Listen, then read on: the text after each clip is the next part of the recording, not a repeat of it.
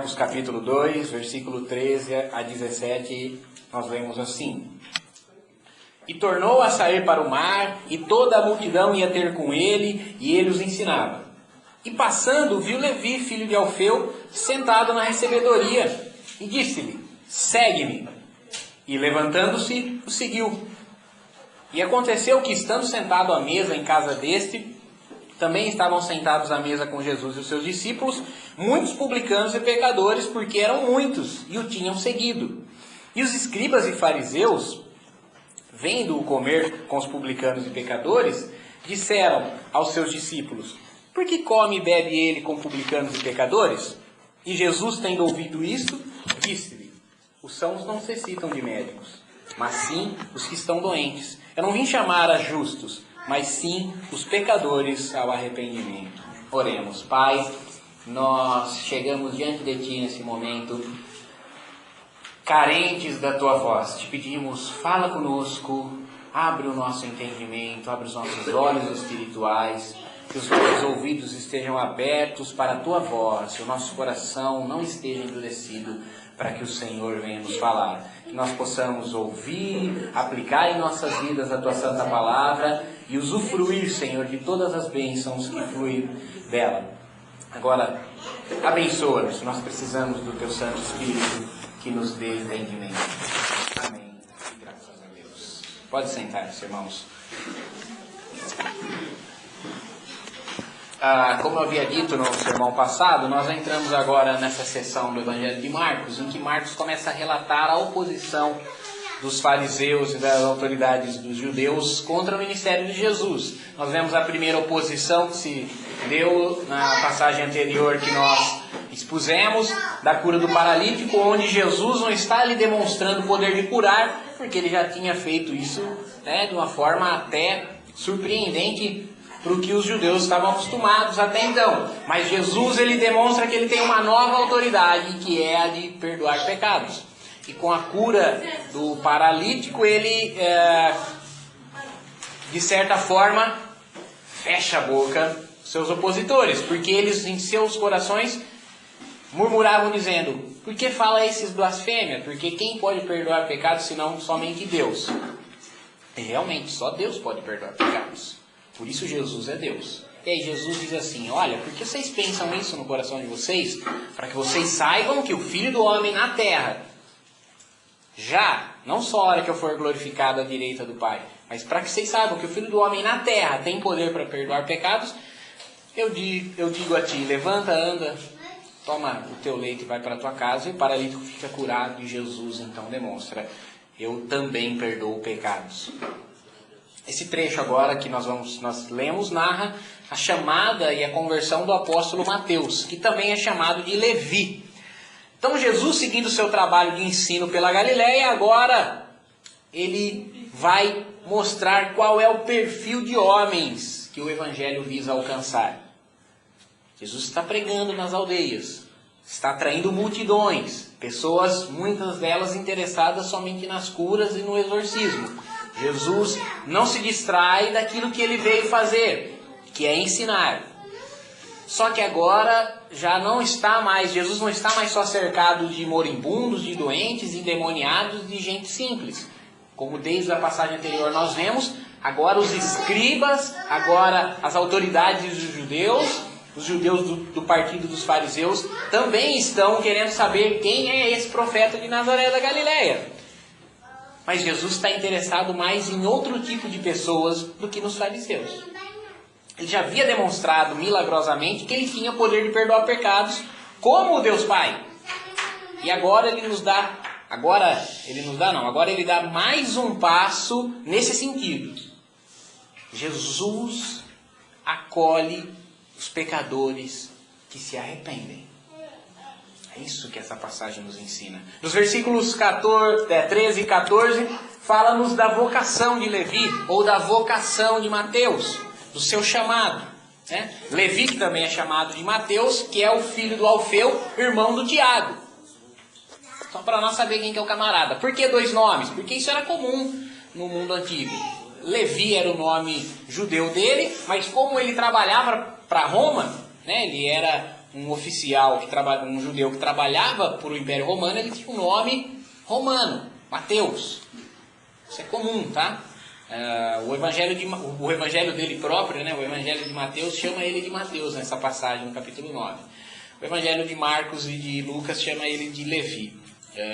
O evangelho de Marcos é o único que revela que ele é filho do Alfeu, então faz-nos saber que ele é irmão do Tiago, porque depois, em seguida, quando Jesus escolhe os 12, para diferenciar o Tiago, que é irmão de João, do outro Tiago, ele diz Tiago, filho de Alfeu. Então, Mateus e o Tiago eram irmãos. Tá bom?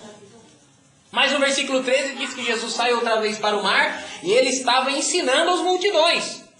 Porque como ele disse, para isso mesmo eu vim, para ensinar.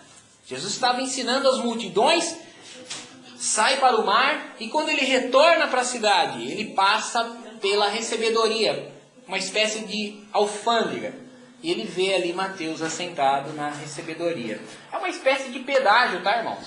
Porque as estradas do Império Romano eram bem desenvolvidas, né?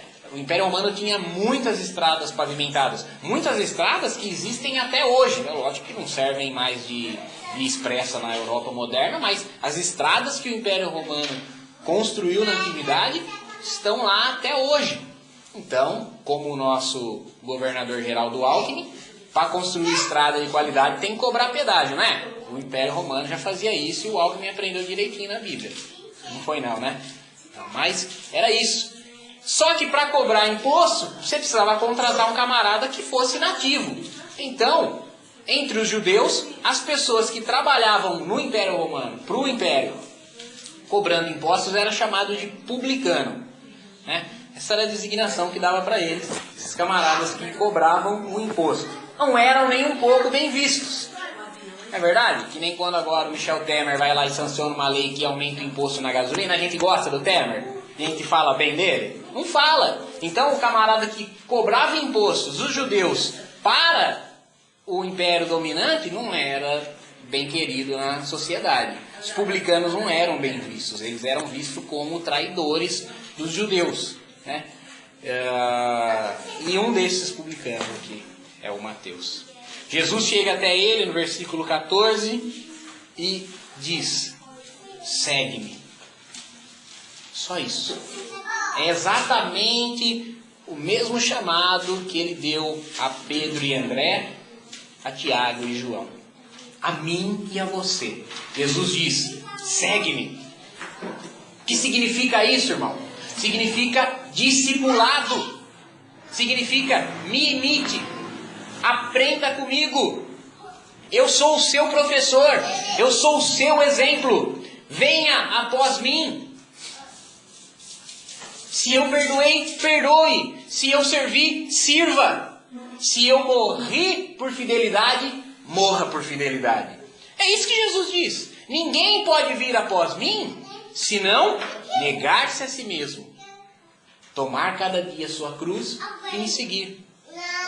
Aqui Jesus quer fazer uma clara separação entre quem é multidão, porque a multidão já o seguia, e quem é discípulo. A multidão não nega-se a si mesmo. A multidão não toma a sua cruz. A multidão não vai após Jesus. Mas o discípulo vai. Porque o discípulo quer aprender com o seu mestre. Porque o discípulo quer servir ao seu mestre. Porque o discípulo quer seguir o legado do mestre. Quando o mestre já não está mais entre nós, fisicamente, são os discípulos que o representam. E o seu legado e o seu ensino é passado adiante. Por isso, irmãos, nós também discipulamos homens idôneos. Mas ninguém é discípulo meu, do João, do Manuel. Nós todos somos discípulos de Jesus. Segue-me, ele disse. Vem comigo, vem atrás de mim, fazendo as coisas que eu fiz. É o nosso desafio para a vida inteira. Todos os dias tomamos a nossa cruz, imitamos o que Cristo fez. Todos os dias nós recebemos uma lição, uma prova e precisamos gabaritar. Precisamos ser aprovados em fazer igual Jesus fez. É isso que ele fala para o Mateus. Não muda o discurso. Pescadores, homens simples, publicanos, mas ele diz, segue-me. Não importa a que classe, a que grupo social vocês pertencem. Todos precisam ser iguais a mim. Segue-me. Isso é discipulado. O texto diz que, levantando-se, o seguiu. Lucas vai além. Lucas acrescenta que, deixando tudo, o seguiu. Então, quando você vê lá naqueles filmezinhos de Jesus, vamos pensar na cena aqui. Jesus chega assim até Mateus, está sentado ali na alfândega, ele fala, segue-me. O Mateus nem termina de contar as moedas, solta na mesa assim e segue a Jesus. Lucas diz que, deixando tudo, seguiu. Irmãos, esse deixar tudo significa o quê? Se fosse outro evangelho, mais aproveitador, iria dizer que você tem que deixar tudo no gasofilácio, né? Mas não é isso que quer dizer. Quer dizer que deixar os seus interesses de lado. Deixar aquilo que é deste mundo. Os tesouros terrenos. Ontem nós estávamos conversando lá em casa, conversando com o Renato, falando sobre política e sobre o que nós pensamos de política, mas na verdade, aí depois eu falei assim para o Renato, mas eu penso, Renato, é lógico, eu gosto de falar sobre política, sou uma pessoa que eu preciso votar com consciência, preciso influenciar também para que minhas filhas cresçam e saibam ter um senso crítico a respeito desse assunto, mas eu creio que nós precisamos viver da forma mais simples o possível. Eu não quero perder amigo por causa de assunto de política. Não quero fazer inimigos porque o camarada ainda acha que o Lula é honesto. Não quero isso. Por quê? Porque essas coisas ficam aqui na terra. E nós estamos lutando pelas coisas que ficam no céu. Nós não estamos lutando pelas coisas que ficam na terra. Não queremos construir uma igreja catedral que fique na terra. Nós queremos construir uma igreja que é o corpo de Cristo unidos pelo Santo Espírito, que vai para o céu. Se esse corpo unidos pelo Santo Espírito, que vai para o céu, precisar ter uma catedral para ser contido a sua reunião, tudo bem. Senão, não estamos aqui pela catedral. Nós estamos acordando pela manhã cedo, irmão, não para enriquecermos e juntarmos tesouro na terra. Jesus nos adverte grandemente quanto o perigo que é buscarmos as coisas desse mundo. Não quer dizer que nós não devamos estudar, não quer dizer que não tenhamos que trabalhar, nos esforçar, nos qualificar. Somente que temos que fazer todas essas coisas. Precisamos comer, precisamos beber, precisamos vestir. Claro que precisamos, mas essas coisas passam. Sempre dou o exemplo da casa minha lá, que nós estamos fazendo muro, contrapiso e coisa e tal. Dá trabalho, precisa passar em 10 vezes no cartão, e vai, e compra mais meio metro de pedra que o pedreiro errou na quantia, e vai, todo sábado tá lá, bate massa, carrega, carriola, e vai daqui, vai de lá. Mas Jesus pode voltar e o muro não ficou pronto. Mas se eu estiver aplicando minha vida e meu coração só naquele bendito muro? Isso vai ficar. Tudo um exemplo bem prático e bem trivial que é meu. Mas todos nós também temos ambições pessoais que não é ilícito tê-las, desde que elas não estejam à frente do reino de Deus. Isso é algo de foro íntimo. Eu não sei quando é que você está colocando o reino de Deus à frente, quando você está colocando os seus projetos à frente. Eu quero que você tenha projetos, eu quero que você seja bem sucedido, eu quero que você tenha uma família maravilhosa, mas é você quem sabe se isso está ou não na frente de Deus. Poderíamos até colocar alguns índices para medir isso. Quanto você se dedica à leitura da palavra? Quanto você se dedica à oração devocional? Quanto você se dedica ao evangelismo, ao testemunho pessoal, em casa, no trabalho? Quanto você se dedica ao culto dominical na congregação? Mas isso são índices, mas ainda é de foro íntimo. Só você no seu coração sabe o quanto o reino de Deus é mais importante. Mas Mateus deixou tudo e seguiu. Aqui nós enfatizamos novamente a autoridade de Jesus e a chamada eficaz. Jesus não tentou chamar Mateus. Jesus chamou Mateus. Jesus não tentou convencer ele que ser publicano era ruim, que o dinheiro não era melhor do que segui-lo. Jesus convenceu-o. Jesus não persuadiu, não bajulou, não argumentou sobre que seguir a ele é melhor do que o dinheiro que ele ganhava como cobrador de impostos. Simplesmente Jesus disse, segue-me. E a palavra que sai da boca de Jesus tem essa autoridade. Eu não sei o que acontece dentro da cabeça do Mateus, mas ele ouve, segue-me e obedece. E segue Jesus. Uma coisa importante, versículos 15 a 17 conta-nos um jantar na casa do Mateus. Os outros evangelhos nos dá mais detalhes e chega até a mencionar que Mateus faz um banquete na sua casa e convida Jesus para estar lá. Além de Mateus, os evangelhos também relatam a conversão de um outro publicano importante, que era o Zaqueu. Detalhe, os dois estão no banquete ao terem esse encontro com Jesus. Chamados dos dois é diferente, porque Jesus, a conversão não é uma receita de bolo. Chamado de Mateus, segue-me. E ele levanta e segue Jesus. Zaqueu já tinha ouvido falar de Jesus. Zaqueu já queria ver Jesus. Sobe naquela figueira e Jesus fala assim, Zaqueu, desce daí que hoje eu vou dormir na sua casa. É outra experiência. Não somos robozinhos, marionetes que se convertem. Deus trabalha toda a nossa experiência e conversão, valorizando tudo aquilo que de fato nós sentimos e a nossa conversão, o nosso arrependimento. Toda a experiência é verdadeira. Somos robozinhos que Jesus vai lá e põe uma ficha, puxa a alavanca e pronto, está convertido. Dá corda ou então coloca as cordinhas da marionete. Não é nada disso. A conversão é algo que Deus trabalha na sua experiência, na minha experiência. A diferença é que ele não tenta converter, ele converte. Ele não tenta convencer, ele convence. Mateus e Zaqueu, dois publicanos, duas experiências diferentes de conversão, mas o resultado é o mesmo. Qual? Alegria, testemunho, festa. Eu preciso contar para todo mundo que Jesus está na minha casa. Não interessa se eu me converti como Mateus, ou se eu me converti como Zaqueu, ou se eu me converti como Paulo, foi mais duro, se eu me converti como Lídia, ouvindo o estudo. Não importa a minha experiência de conversão, o resultado é o mesmo. Alegria, testemunho, festa. Jesus está na minha casa. Muito mais importante do que ele estar aqui no domingo, das 6h30 às 8h, porque ele diz, onde dois ou mais estiverem presentes no meu nome, eu estou, ele está aqui agora no nosso meio. Mais importante do que isso é ele estar todos os dias, de segunda a segunda, na sua casa. Convidado especial, um banquete, uma festa, uma alegria, um desejo de dizer para todo mundo, Jesus está na minha casa.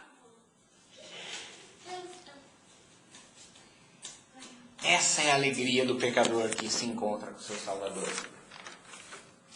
Nós queremos falar, Jesus está na minha casa. E é isso que segue o texto dizendo, estava lá Jesus, seus discípulos, comendo na casa de Mateus, e com eles também muitos publicanos e pecadores. O conceito judaico de pecadores, irmãos, era bastante intolerante. Qualquer não-judeu era um pecador. Independente se fosse o Naamã, que era um homem que temia Deus. Para eles era pecador porque não era judeu. Então para eles, se você é brasileiro, você é pecador. Você não é judeu. O que mais? Qualquer judeu que não seguisse o mesmo partido deles, exemplo, para os fariseus, só era justo os fariseus. Para os saduceus, que era um outro partido dos judeus, só eram justos os saduceus. E assim por diante, todo mundo puxando varinha para o seu lado. Os herodianos, os zelotes, que eram um partido nacionalista. Tá? Então, só é bom quem é da minha turma.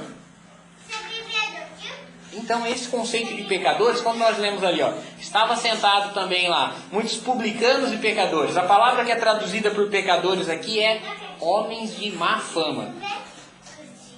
Então, quem estava na casa do Mateus esse dia? Só os marginais, só os corruptos, só os corruptores, só gente que a gente não quer ter na nossa companhia, né? São as pessoas marginalizadas, pessoas aparentemente marginais, pessoas marginais na fala, no trato, na gíria. Pessoas marginais na ocupação. Você pode ter certeza que não tinha nenhum carpinteiro aqui na casa do Levi. Só tinha homens de má fama, pecadores. Mas eles estavam fazendo o que lá? Eles estavam lá porque eles o seguiram. Eles o tinham seguido. Os homens de má fama tinham seguido Jesus. Eles ouviram o chamado de Mateus. Viram que Mateus levantou-se e seguiu a Jesus. E eles também seguiram.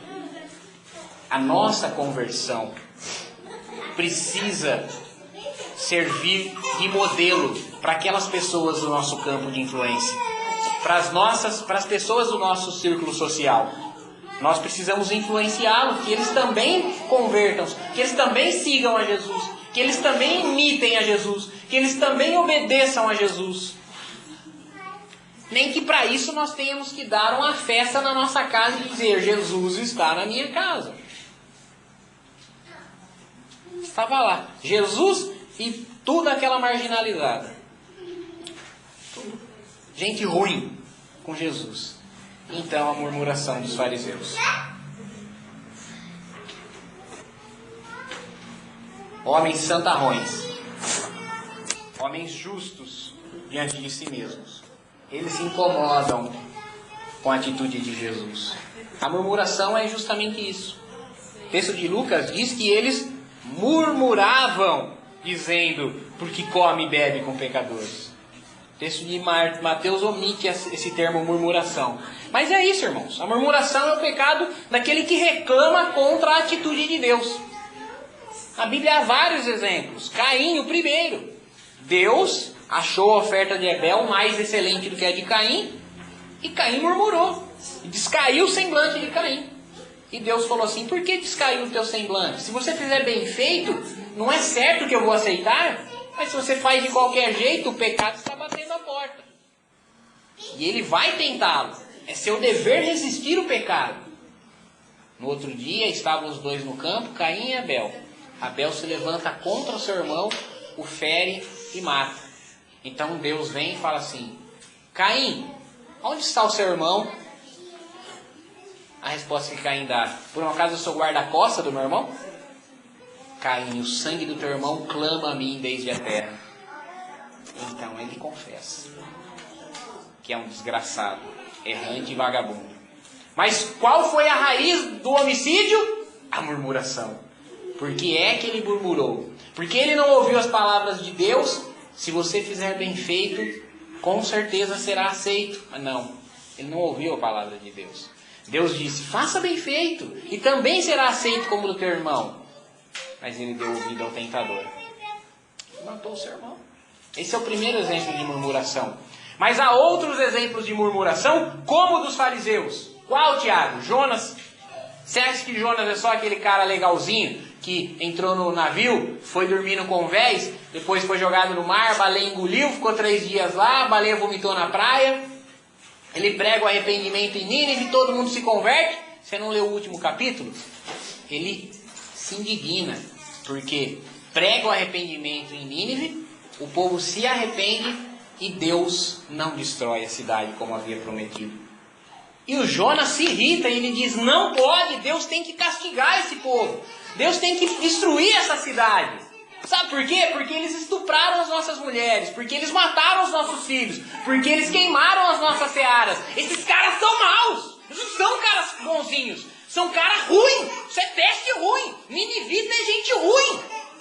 Deus não pode perdoá-los. O Jonas não gosta que Deus os perdoe, porque o Jonas queria ver a vingança daqueles estupradores, ladrões, homicidas, inimigos do povo de Deus. Porque quando o exército ninivita, o exército assírio, entrou em Judá, não poupou. Não poupou a criança, não poupou a mulher, não poupou o gado, não poupou as plantações. Destruiu, tripudiou. Mas Deus é misericordioso. Mas Jonas não estava nem um pouco contente com isso. Os fariseus também não estavam. Os fariseus queriam ver os publicanos, os homens de má fama, os corruptos, os corruptores, os marginais, na fila da condenação no dia do juízo. Mas Deus queria ver os marginais, os corruptos, os corruptores, os publicanos, os homens de má fama, na fila da redenção. E nós? O que nós queremos? Será que nós queremos ver os homens marginais convertidos? Ou será que nós queremos vê-los condenados? Será que nós queremos que os hereges se convertam? Ou nós queremos que eles continuem hereges para nós ficarmos criticando eles? Não podemos ser fariseus, irmãos, mas nós temos uma forte inclinação para sermos. Nós, eu e você, não só vocês, eu também, nós temos uma forte inclinação para ser fariseus. Aí nós vemos que o homem se arrependeu, que ele mudou de vida. Quando nós não queremos externar dessa forma o nosso farisaísmo, nós dizemos assim: tomara que tenha mudado mesmo, né? Nós ainda queremos duvidar da conversão do pecador. Espero que não seja só da boca para fora, né? Essa é a minha atitude, essa é a sua. Esse é o nosso coração. Nós nos achamos dignos do presente que Deus nos deu, mas nós achamos que o outro não é digno. Era isso que os fariseus estavam falando. Que negócio que é esse? Nós fazemos tudo bonitinho, obedecemos a lei de Moisés, vamos lá no templo, ainda ensinamos o povo. E esse bando de imprestáveis, peso morto na terra, é esses que o Senhor come e bebe? Por que come e bebe com pecadores? Eles perguntam para quem? Para os discípulos. Eles querem abalar a fé dos discípulos. Eles querem questionar o mestre aos discípulos. Por que o seu mestre come e bebe com pecadores? Por que seu pastor ouve música do mundo? E aí vai surgir questionamentos. Por que o irmão que vai na igreja posta foto com a latinha de Brahma? Não é o meu pecado, nem o seu. Eu quero falar o pecado daquela pessoa com quem você anda. Quero questionar a comunhão que você está tendo com as pessoas. Ô André, ô Pedro, Tiago, João, por que o Jesus de Nazaré anda com esses trastes? Por que ele relaciona-se com esse tipo? Porque come e bebe com pecadores. Então, comer e beber, irmão, realmente significa comunhão. Ninguém convidava ninguém para ir na casa sentar, comer, se não tivesse comunhão, comunicação. União. Os fariseus estavam falando: mestre de vocês concorda com isso que eles fazem. Mestre de vocês está quebrando o preceito do Salmo 1. Não anda segundo o conselho dos ímpios, não se detém no caminho dos pecadores, nem se assenta à roda dos escarnecedores. Olha aí Jesus, comendo e bebendo com pecadores. O que Jesus estava fazendo é algo muito diferente daquilo que o Salmo 1 proíbe. Aqui está uma regra para nós cristãos, como que nós devemos nos relacionar com os descrentes. Jesus não estava comungando, Jesus não estava buscando ter prazer com o pecado desses. Antes, ele estava pregando o arrependimento. Você tem a pregação do arrependimento, você tem a mensagem do Evangelho, você a conhece, você precisa influenciar os pecadores. Se você não pode influenciar, então não caia naquilo que o Salmo 1 nos proíbe. Se eu não posso influenciar essa turma, não estou com ela. Mas se eu posso, então eu estou. Mas eu estou lá para dizer: arrependam-se. Era isso que Jesus estava fazendo. Jesus estava aqui na casa do Mateus e ele estava ensinando. E ele estava pregando o arrependimento. Então a resposta de Jesus. Ele propõe uma metáfora para nós. Ele diz: os sãos não precisam de médicos. Os doentes precisam de médicos. O significado disso são dois. Primeiro, irmão, o significado é o significado da metáfora que Jesus propõe. Os doentes precisam de médicos. E vou dizer mais uma vez que isso é bem literal. Os doentes precisam de médicos. Talvez para nós não faça mais sentido.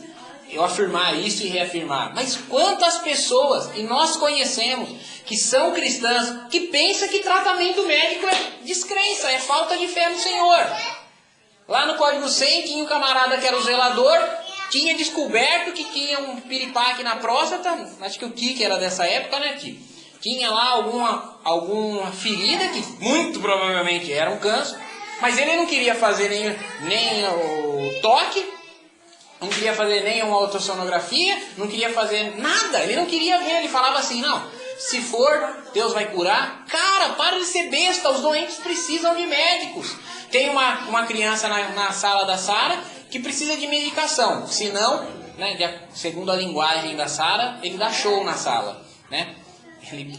Então ele precisa de medicação. A mãe é evangélica, daquela igreja que, né, põe véu na cabeça. Então ela acha que se ela der a medicação, ela não está tendo fé em Deus. Para de ser besta, seu filho precisa de medicação para controlar o humor dele, tem que medicar. Se é tarja preta, e daí? Tem que dar o remédio. Não é falta de fé, não é infidelidade. Jesus está dizendo com todas as palavras, os doentes precisam de médicos. Essa é a primeira verdade que Jesus quer ensinar. A metáfora é verdadeira. O literalismo aqui é, de fato, está doente? Vai no médico. Também não pode se medicar sozinho, hein? E nem tirar receita do farmacêutico. Está doente, vai no médico. Segundo, é o significado figurado disso. Quem precisa de arrependimento? Os pecadores. Os sãos não precisam de médicos. Os justos não precisam de arrependimento. Mas os pecadores precisam de arrependimento. Então Jesus encerra dizendo, eu não vim chamar justos. Você é justo? Não é você que eu quero. Você é santo? Quero nada com você. Você faz tudo direitinho? Segue a sua vida. Eu vim chamar pecadores. Não vim chamar justos. Mas a Bíblia nos ensina que não há justo. Não há um sequer. Jesus diz, eu não vim chamar justos. Mas esse conceito de que não há um justo, nenhum sequer, não é novo. Romanos 3,11, Paulo diz isso. Ninguém tem entendimento. Ninguém busca Deus. Não há nenhum justo, nenhum sequer. Mas isso não é algo que Paulo inventou. Não é uma nova doutrina. Isso é o que o Salmo 14 diz. Olhou Deus para a terra para ver se havia alguém com entendimento. Não há ninguém com entendimento. Ninguém que busque a Deus. Não há um justo, nenhum sequer. Isso significa, irmãos, que nós não devemos nos achar justos diante de Deus. Não devemos nos sentir justos por méritos próprios. Ninguém deve sentir-se justo por mérito próprio. Você levanta de manhã cedo, vai trabalhar, paga todas as suas contas, é um bom pai, é um bom marido. E daí? Todas essas coisas são um pano de imundícia. Um absorvente usado diante de Deus. Um trapo de menstruação. Pega um trapo de menstruação e limpa a sua mesa limpinha ao invés de usar o Veja. É a mesma coisa de todas essas coisas que você faz. Acorda de manhãzinha, paga todas as contas, não está com o nome no SPC. Você é o camarada, a pessoa exemplar. Tudo isso é imundo diante de Deus. Eu sempre uso essa comparação, vou comparar mais uma vez, eu acho que ela é excelente. Eu li uma vez num folheto de evangelismo. Ela é cabal. A sua vida é uma receita de um bolo. Você acorda pela manhã, cedinho, 5h30, farinha branquinha, fininha. Você toma o seu café, dá um beijo na sua esposa, diz te amo, vou trabalhar, óleo. Todos os ingredientes bonitinhos para fazer o bolo da sua vida. Você trabalha honestamente, paga todas as suas contas. 4 ovos. Bonitinhos. Fermento, ok. Mas você murmura, ou você mente, ou você cobiça, ou você engana, ou você peca contra o Senhor. Qualquer um pecado que seja, o menor de todos, um pecadinho de nada, é um ovo podre na massa do seu bolo. Mas todos os outros ingredientes estão em ordem. mas um ovo podre só. Um só. Só a mentira que você contou. Ou só a omissão. Ou a Bíblia diz que aquele que sabe fazer o bem e não sabe, peca.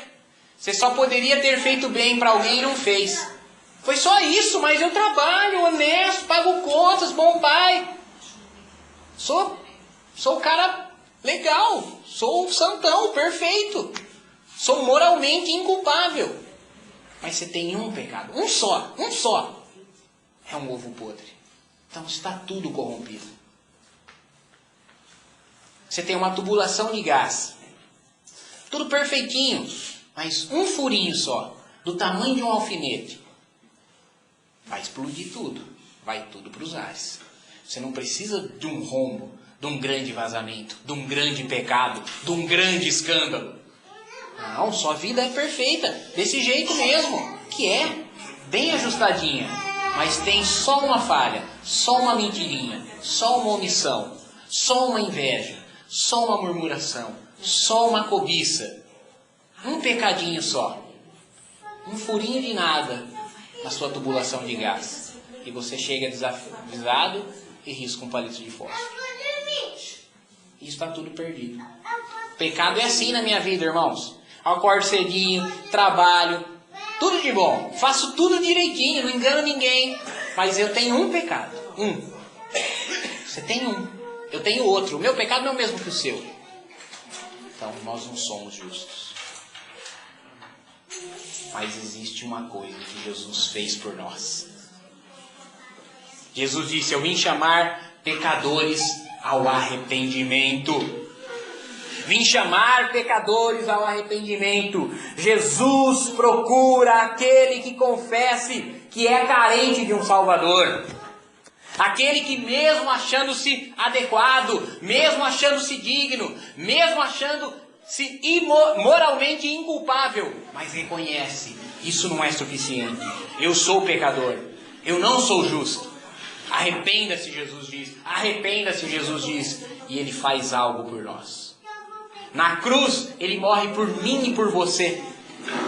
E a morte dele faz duas coisas. Primeiro, ela substitui o meu e o seu lugar. Jesus morre pelo meu e o seu pecado. Agora nós não precisamos do castigo pelo pecado. Deus não executa o juízo duas vezes.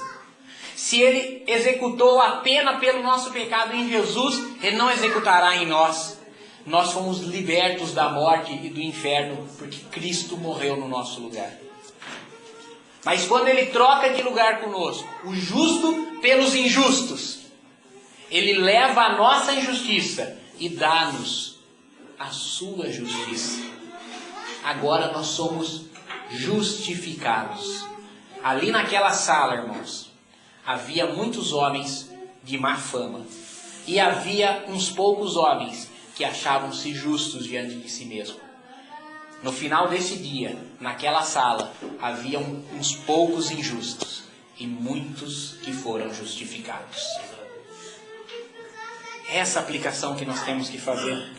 Nós temos que confessar o nosso pecado a Jesus. Nós temos que nos alegrar pelo seu perdão. Nós temos que esquecer toda autojustificação. E nós temos que estar prontos. Porque vai entrar por essa porta homens de má fama, homens marginais, e nós não seremos fariseus. O Espírito Santo não permitirá.